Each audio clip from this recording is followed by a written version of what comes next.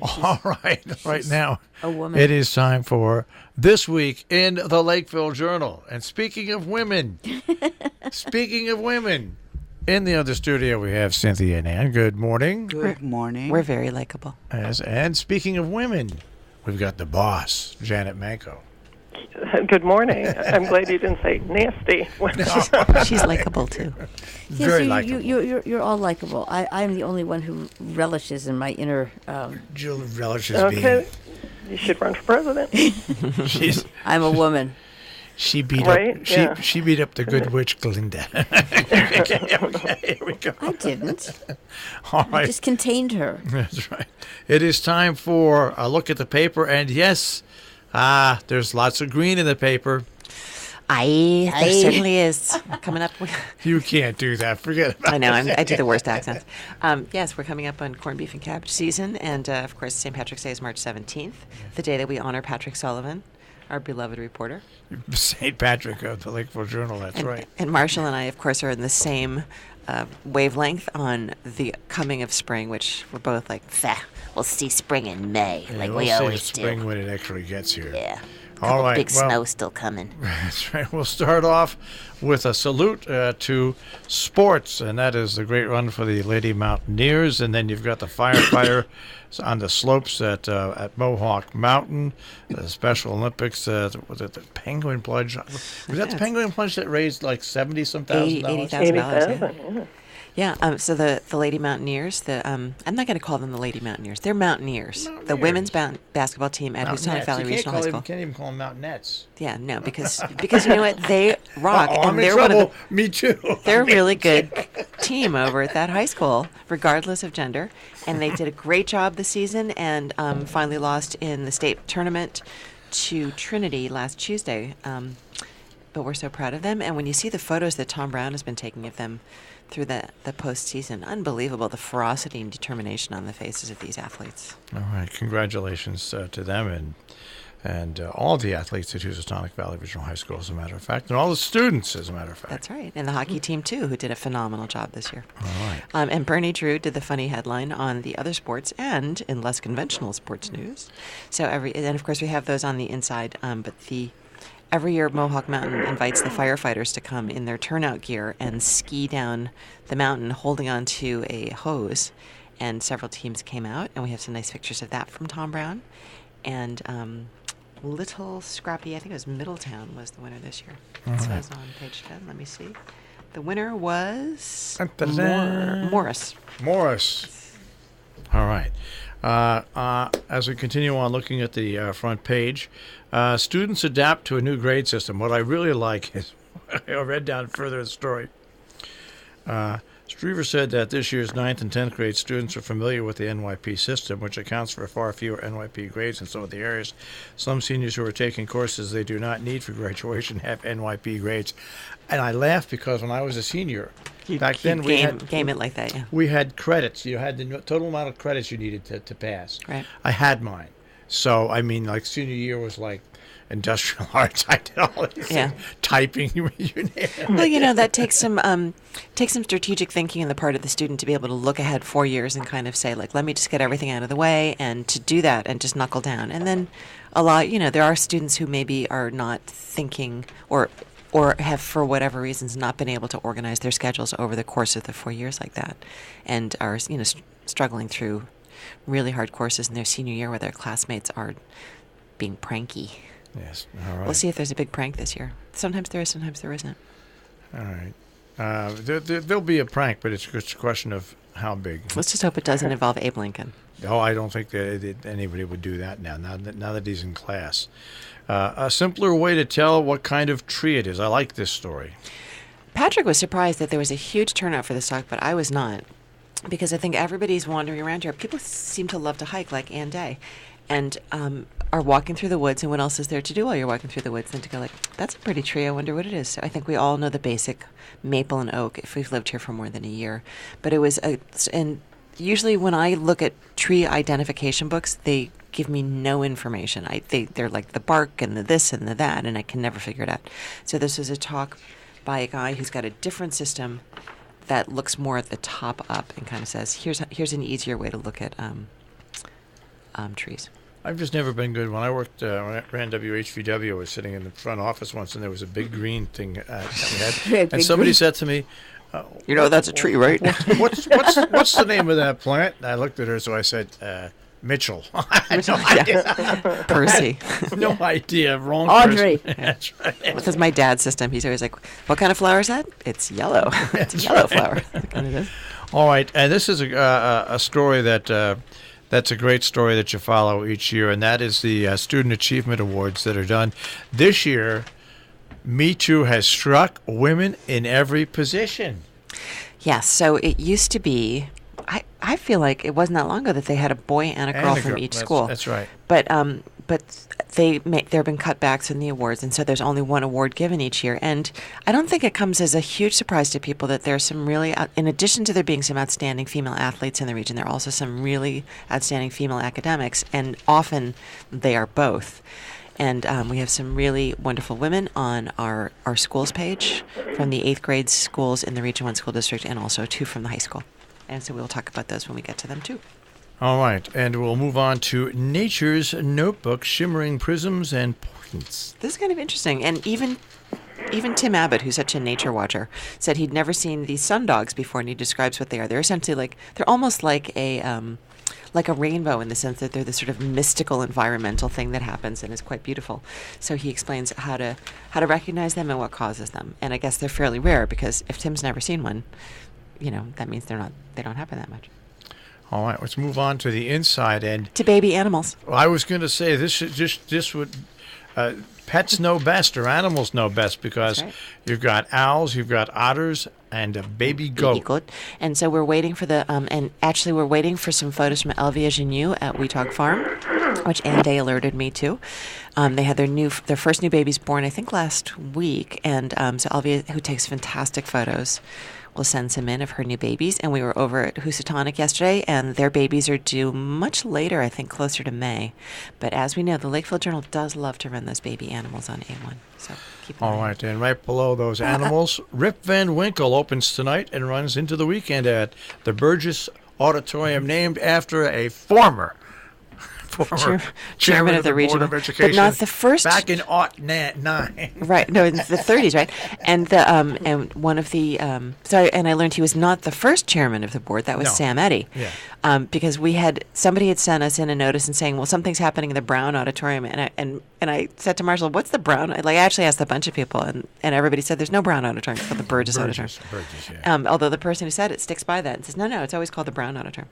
But Rip Van Winkle, written by Michael Berkeley, who is so loved and respected and has done a phenomenal job with these students. If you've ever seen a Housatonic Valley Regional Housatonic Musical Theater Society show, they're fantastic. They're so lively, and the kids are really into it.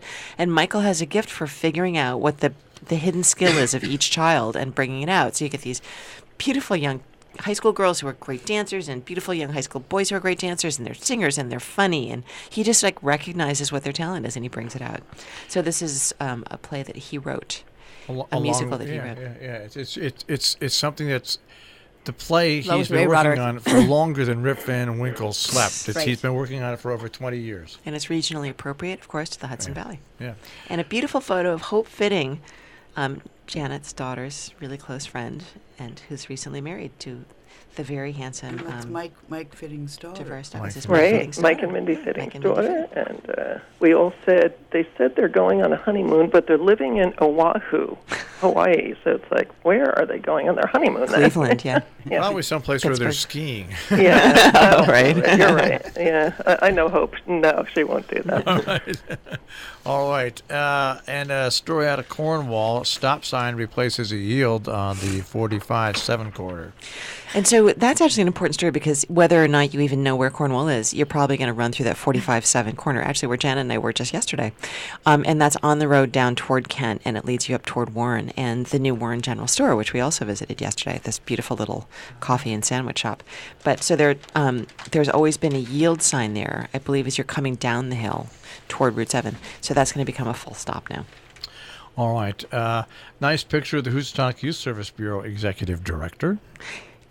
Yes, and actually a nice picture of Roberta Willis, who has we haven't seen as much of her lately. So this is in the new world that we're living in, which is very young children go to workshops at school, after school, to learn how to code, which of course is going to be the essential skill for young people moving forward into the not too distant future. So they had an activity where they were building apps for local nonprofits under the guidance of the Youth Service Bureau. Salisbury budget's up at first look. The selectmen budget, 5.8%. Yeah, that's actually pretty high. And I would say most of the budgets this year seem to be either flat or quite low. So that's one of the larger ones. And I think that they will be dropping that a little bit. And I would say my general sense, we're still collecting the grand list, but my general sense is that the grand lists are down in most towns. And the way that they calculate the grand list, of course, is by the value of the real estate. And so that means that the real estate prices are dropping, which means that your taxes should go down. No, they should go up because there's less. Yeah, don't ask me math questions. Your taxes are going to go up, but it also means it's a good time to to be looking for real estate if you're trying to get that first time house. When the grand list drops, that means that real estate prices are down. So it means it may be a moment when you can get a foothold in there. All right, and the Kent sidewalk vote is May 31st. Yes, and so this has been a very contentious issue in town, and but as we know from Falls Village, it makes a big difference when you have a nice sidewalk, especially in a town like Kent, which is a big attractor for people from out of town. So there's been a lot of conflict among the board members about it. Bruce Adams, first selectman, is saying, hey, we've got this grant money and we've just retired some bonds. This is a good time to do it, and we really need to do it. Or somebody's going to trip and fall, and there's going to be a lawsuit. So May 31st is going to be the vote, and we'll see how it turns out. All right. In North Canaan, there was garbage on the agenda and also enticing new businesses. Right. And so that has nothing to do. Well, I guess in a sense it does have something to do with garbage because, of course, if you're a business, you have to pay your tipping fees. And, of course, everybody's being hit by the fact that the tipping fees are increasing. Many of our towns, I believe Salisbury, Sharon, doesn't create enough garbage to really be impacted by it, which should also apply to North Canaan. But they're also looking at ways to make it more attractive to start businesses. It's as Marshall Miles knows, it's tough to find a business in this area that people really need. It's people in New England tend to be very, don't shop that much or go to the big box stores and really get everything at discount. So it'll be interesting to see if they can find some interesting businesses that people really need in our little towns. Shoe repair. But you know what? When I moved up here, I was like, how can there be no shoe repair? But you realize that nobody up here wears high heels. And they never need to get their taps replaced. Well, no, but it's not just high heels. Yeah. Anything with a leather sole needs to be fixed. Yeah. And the place in Torrington closed down. All there's left is the one in Great Barrington. When Jake came back from the military, and he was still in the Army, he needed a boot repaired. He had to go to Torrington to find a boot shop that would repair it. And that place is closed now. And now it's closed. Now you have to go to Great Barrington. Go to Bagel. Go to Great Barrington. Okay. Now, this is a story that's a lot of fun. I met Fred Newman once many years ago. He was the sound effects man, and what a great job when you think back to when they used to be on every week with Prairie Home Companion, and he's going to be in Cornwall. And not just doing sound effects, he does I think what they call is Foley. In movies where you use some other thing to make a sound, like he's talking about putting birdseed on a piece of iron to make the sound of rain. But he also, when he can't find an object to make the noise, he makes it with his mouth. And apparently he's incredibly, it's like one of those kids, that in third grade, the teacher's always yelling at them for making funny noises with their mouth, and then they go on and make a career out of it. So in the Foley business, which is quite well paid, thank you all very much. Well, good. And so he's sharing, I guess he's paying it for, he's giving back to our community. And so Deb Alexinas did a review not only of him, but of the show that's coming up by the Town Hall Players, which are in revival now, of vintage Hitchcock. And she makes it sound so much fun that I think that I will have to go. It's next weekend, March 22, 23, and 24. And, it's a 2-act stage play based on The Lodger and one of my all-time favorite stories, The 39 Steps, which was written by John Buchan and made into a movie by Alfred Hitchcock. Okay, a couple of stories. First of all, Maple Fest is this weekend and at the Sharon Audubon, and then next weekend, big fundraiser for the Jane Lloyd Fund. If you've never seen the Harlem Line, they are so good. And actually, if you haven't seen them lately, I saw them at the Wasaic Project a few months ago. They're so great. I mean, they have this woman who sings who just knocks your socks off. And the band is super tight, and they're fun, and everybody gets up and dances, and it's a really good time. And, of course, the Jane Lloyd Fund helping people who have cancer to pay their daily living expenses, a very important local philanthropy. And then Maple Fest. So as we all know who live in New England, the ideal conditions for creating maple syrup are it has to be very cold at night and very warm and sunny during the day. So it's been about 17 at night and in the 40s during the day and extremely sunny. So there should be ample maple sap flowing through. And it's a really, really fun time. And when you walk out of the Sugar Shack, your hair will smell like sugar. And what better way to spend time on a Sunday than to be in a building called a Sugar Shack? Oh. So I highly recommend people Now, go I want to go on to your health page because I just started dry needling. You did? The other day. I saw you there. I didn't realize you were getting the dry needling. Absolutely. Everybody amazing. is at Gear right now. Everybody, like if you go to Gear PT, they should have a coffee by there. Right. Every single person I know is there. But the dry needling is absolutely amazing. I actually saw effects after the first session. Yeah.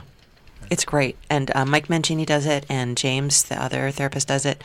And it sounds horrible, but it's not. And I've only, actually yesterday was the first time I ever felt any pain from it. You don't really feel it. It feels kind of cool. But you definitely feel some relief. It reprograms your brain. The article explains how. All right. Toast and tea very quickly. Yes, my sick bed. The flu is still going around. It seems to have peaked again last week. All right. I love the picture. Thank you. And it's with an iPhone. A little bit of marijuana for yes. patients. And more information on marijuana in our upcoming health and wellness. All right. Now, we only have about 4 minutes left, so we have to get to the opinion page right now. Sorry. And a police investigation should be open to the public. That's right. This is Sunshine Week, and so do read this editorial to see what is happening statewide right now. There is a bill that is pending in the legislature which would change the regulations on how police reveal information. And so do give this a read and take a look at that bill and encourage our legislators to vote against it.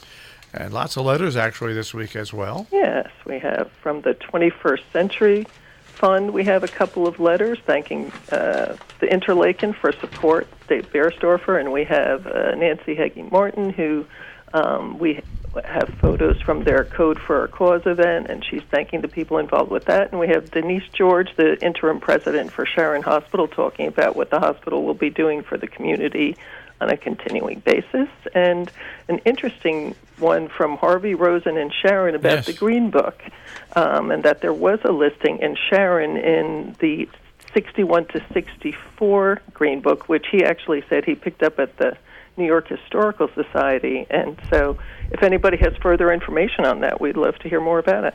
All right. And Carol Asher, Matt Gordon, and Lynn Gaffney. Lynn's on co-housing. That's right. In important pieces, Carol is writing about immigration, but this is a volunteer's view from Tijuana. She interviewed Abby Nathanson, who has been spending time at the border and helping people through the process and as a volunteer, and it's fascinating. It's a two-part series, and this is the first. Matt Gordon is talking about bottled water, and Lynn Gaffney, co-housing for sustainable living. A lot of information. All right, with the 2.5 minutes we have, I want to move on to Anne. We've got to get to you with your... Yes. We have a fabulous show at the Cornwall Library of an artist called Don Bracken. And first of all, he's a very good painter, but secondly, he paints with dirt. And I think it's just... He discovered it one day standing in a field that he didn't feel that the acrylic paint he was using was really conveying the idea of the earth. So he mixed some dirt in with his paint, and now he's got a whole technique. I bet his canvases weigh about 50 or 60 pounds because they're big paintings, and if you think about that being all dirt, it's heavy. But they're beautiful, and you should go see the show. He also works with ash. He had a studio in the World Trade Center on the 91st floor at one point and was very affected by the tragedy there, so he started using debris and ash. Read the story, because I'm really talking fast. Mm-hmm. There's a film at the Millerton Movie House this weekend, Friday, Saturday, and Sunday. think it's 6 o'clock on Friday, 6 on Saturday, and Sunday 1 o'clock. And there's a discussion afterwards with some journalists talking about the meaning of journalists in the age of fake news. It's a biography of Joseph Pulitzer, who is what the Pulitzer Prize is named after. He was a Hungarian immigrant, the owner of newspapers in New York, and really had the great idea newspaper stories should be short, smart, and snappy, which I think is we all still believe in. Except for Jimmy Breslin's. Well, his were smart and snappy. That's right. And relatively short. Yeah, they don't have to be short. Just with smart and snap. Just start with smart and snappy, and then let's go from there, please. Right, All right. exactly. And then I can come out of my containment zone again. But he aimed to excite in his readers tingling sensation as plentiful as mushrooms. So it sounds like a good documentary. It's directed by Orrin Rudowski, who's a weekend resident in Salisbury. I'm going to see it, I think, on Sunday. Then we have a art show at the Hunt Library in Falls Village by Kathy Wismar, who is a potter and a painter. So she's got some ceramic pieces and some paintings, and they're very cheerful, bright colors, the way to get yourself in the mood for spring. And we have lots of events in calendar, and way more events in calendar online, because I didn't have enough space to do every single event that's happening in the area. So that's all I have for you. Well, Perfect. And online, it's tricornernews.com. That's right, tricornernews.com. Thank you, Marshall. Thank you so much. All right, guys, we'll speak to you next week. Okay, see you later. Take care. That is this week yes, in I had the a bear. Lakeville Journal here on Robin Hood Radio, tricornernews.com, and you also find them on Facebook.